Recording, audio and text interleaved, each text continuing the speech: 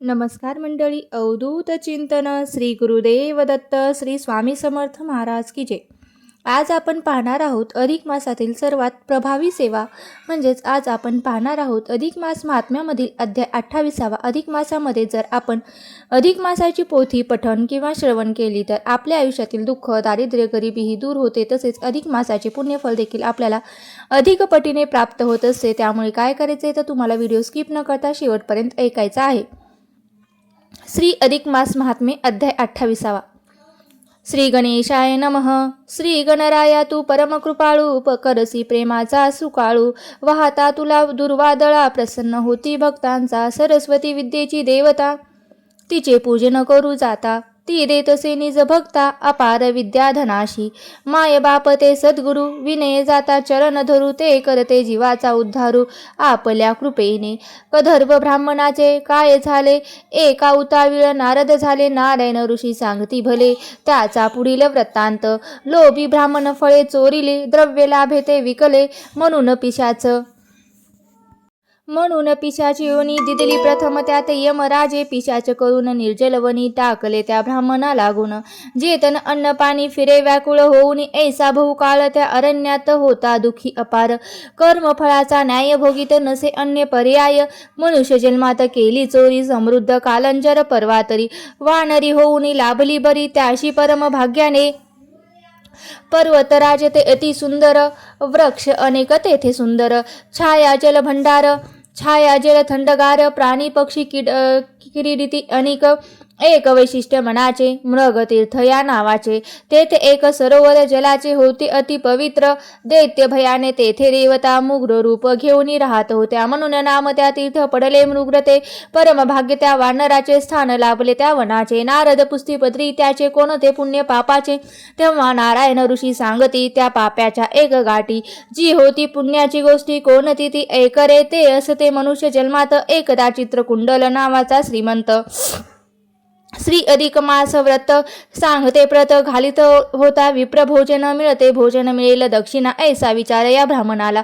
तो द्रव्य लोभ करून मना आला तया स्थानाशी, यजमानाची स्तुती करून तो म्हणे तुम्ही भाग्यवंत, अधिक मासा अधिक श्रेष्ठ केलेले व्रता चरणात, तू घालसी विप्र भजना, पदरी जोडशी अपार पुण्य. या अधिकाची नसे तुलना, पुण्यदाय हा थोर, या व्रताहुनी आम्ही सरस, या व्रताहुनी आम्ही सरस, नाही कोणतेही व्रत खास.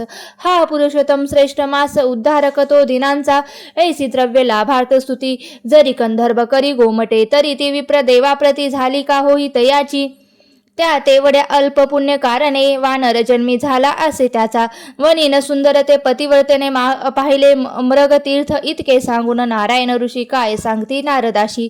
व्रताचरण अधिकाचे जीवासी घातले, पुण्यपद पदरात, त्यात नारदा अनेक भर. श्रीरामे वानराशी दिदला वर, वानर वस्तीस लाभ सुंदर, परिसर फळा फुलांचा जेत, वानर करती वस्ती, तेथे असल वनसंपत्ती, विशाल वृक्ष छाया दाटती, फळे रसाळस मधुर गोमटी. श्रीराम ऐसावर वानराशी दिला, कारण त्यांनी रामाशी मदत होती केली. शोधशी सीता जानकी मातेच्या, रावणाचा वध कराया, विभीषणास राज्य द्यावया, झाले सहाय्य करते हे सुग्रीवा. हे हनुमंता, हे अंगदा, हे जांबुवंता, तुम्ही नसता मदती करता तरी कार्य हे केले होते. तुम्ही मजलागी सहाय्य केले म्हणून हे कार्य घडले. तुमचे उपकार बहु झाले, कसा होऊ मी तुमचा उत्तराई. मी संतुष्ट तुम्हावर होऊ, मी देतो एक वर, जेथे वानर तुम्ही राहणार परिसर असेल समृद्ध तो. जेथे वानर ते जातील तिथे सुखे ते राहतील, त्रास न कोणी देता वानरांना. ऐसी श्रीरामाचा वर वानरा, म्हणून वानर त्या परिसरा करीत होते सुखे निवारा. आपल्या परम भाग्याने त्या परिसरात कधर्व ब्राह्मण वानरी म्हणून जन्म घेऊनी, श्रीराम कृपा वरदान म्हणून तिथे येत सेवनी. तयास निवास लाभला, परी उपभोग नाही मिळाला, व्रण पडले त्या मुखाला, येतीन फळे खावया. वदनामुळे वदनी वेदना, एके ठाई ते बसविना, इकडे तिकडे फेरेवना, आला पवित्र तीर्थास. मृग तीर्थाच्या निकट वृक्ष होते बहु आसपास, हा वानर तिथे निवास. शोधिल जेव्हा पातला, तेव्हा नेमका अधिक आला, उपवास त्यास तिथे घडला. पाणी पिऊन जीव रक्षिला, कसा बसात यानी. त्यात एकटा काय घडले, भुकेने शरीर दुर्बळ झाले, भ्रांतातून उतरले, चुकली उडी तयाची.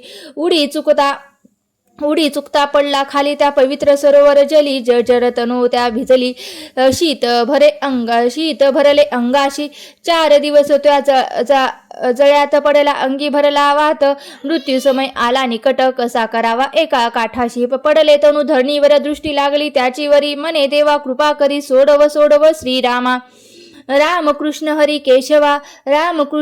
केशवा सोड माझ्या जीवा कृपा करी बा आता देवा मरण यातना सोसवती वानराचा प्राणांत होता दिव्य देह झाला लाभता शोभे विप्रत्या रूपी गोमटा वस्त्रभूषणे लेट नटलेला तोच तेथे आला विमान त्याचे उद्दर लागून विष्णुदूत त्याशी वंदून मनता बसावी विमानी तयात पाहून स्वतःचे रूप सुंदर उजळ क्रांती वस्त्र अलंकार दिव्य तेज ते मुखावर आले होते विप्राच्या तो विचार करत असे मनी मी तर पापी अधर्म प्राणी हे विमान काय कारणे आले मज लागिते तो विष्णुदूताशी करीन नमन पुषे विमान कोण्या कारण आले हे अकस्मात जाण तुम्ही कोण्या कारणे तयाची पाहुणी भ्रती अवस्था विष्णुदूत म्हणतिरे भाग्यवंता चला आता वैकुंठ पंथा विमान हे तुझ्यासाठी ब्राह्मण म्हणे मी पापी पतित कसा बसू या विमानात काय पुण्य पदरात घडे काय हे ऐसे मज पतिताचा उद्धार काय कारणे होई सत्वर मला याचा अधिकार मिळाला कोणत्या पुण्याने विष्णुदूत सांगतील ब्राह्मणाला पुण्य संचय काय झाला तो भाग पुढील अध्यायाला ऋषी म्हणती श्रवण करा ब्रह्मद नारद पुराणीचा वानर जन्म उद्धाराचा तो अधिक मास महात्म्याचा 28वा अध्याय पूर्ण झाला अरुण विनवणी करी खास स्वीकारा प्राकृत रचनेचा श्री 28वा अध्याय श्री हरिचरणास प्रेम भावे समर्पितो इति श्री अधिक मास महात्मे 28वा अध्याय समाप्तो श्री कृष्ण चरणार्पणमस्तु। आता या अध्यायाचा आपण मराठी भावार्थ काय आहे ते जाणून घेऊया। श्री अधिक मास महात्मे अध्याय 28वा कर्दर्भ ब्राह्मणाचा वानर योनीतून उद्धार।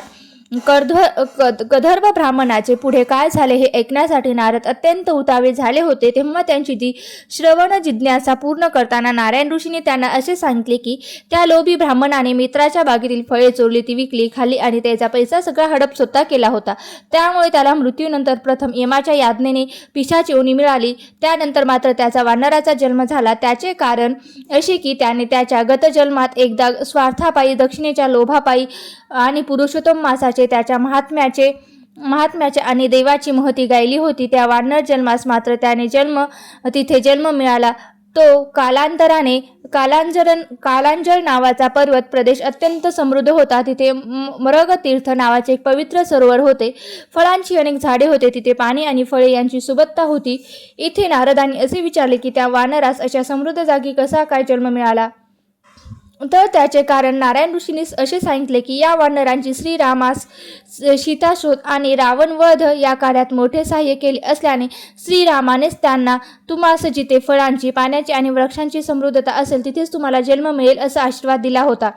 पण त्या वानरास तिथे जन्म मिळूनही त्यास त्या फळांचा आस्वाद घेता येत नव्हता, कारण त्याच्या मुखात व्रण निर्माण झाल्याने त्यास काहीच खाता येत नव्हते। तो फळे तोडायचा, तोंडाजवळ न्यायचा आणि खाली टाकायचा, त्यामुळे वाट सरून ती आयती मिळायची आणि त्या फलदानाचे पुण्य त्यास मिळत होते, पण हे त्यास कळत नव्हते।